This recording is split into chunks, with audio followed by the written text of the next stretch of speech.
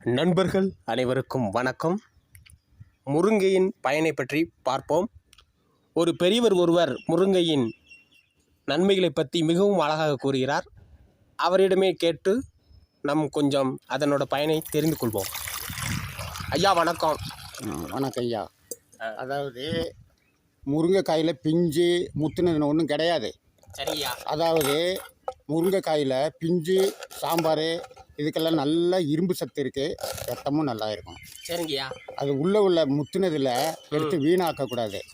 அதை ரெண்டும் அறுத்து முறித்து வெட்டி எடுத்து அது உள்ள விதை இருக்குது, அதன் பயனை நம்ம நல்லா அடையலாம். எப்படி 4 பீஸாக முறிக்கணும். முறிச்சிட்டு அந்த விதையும் எடுத்து போட்டு அதை நல்லா நம்ம சாம்பாருக்குள்ள பொடியெல்லாம் சேர்த்து நல்லா அந்த விதைகளை சாப்பிட்டு வந்தால் நல்ல நார் சக்தியும் கிடக்கும், ஆரோக்கியம் கிடக்கும், ரத்தமும் நல்லா சுத்தமாகும்.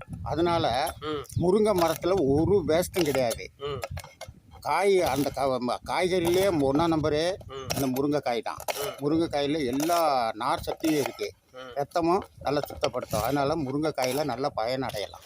இதுவரைக்கும் நீங்கள் உங்கள் விவசாய வேலையை விட்டுட்டு முருங்கையின் பயனை அருமையாக சொன்னீங்க. உங்களுக்கு நன்றியை தெரிவிச்சுக்கிறோம் ஐயா. நன்றி, வணக்கம்.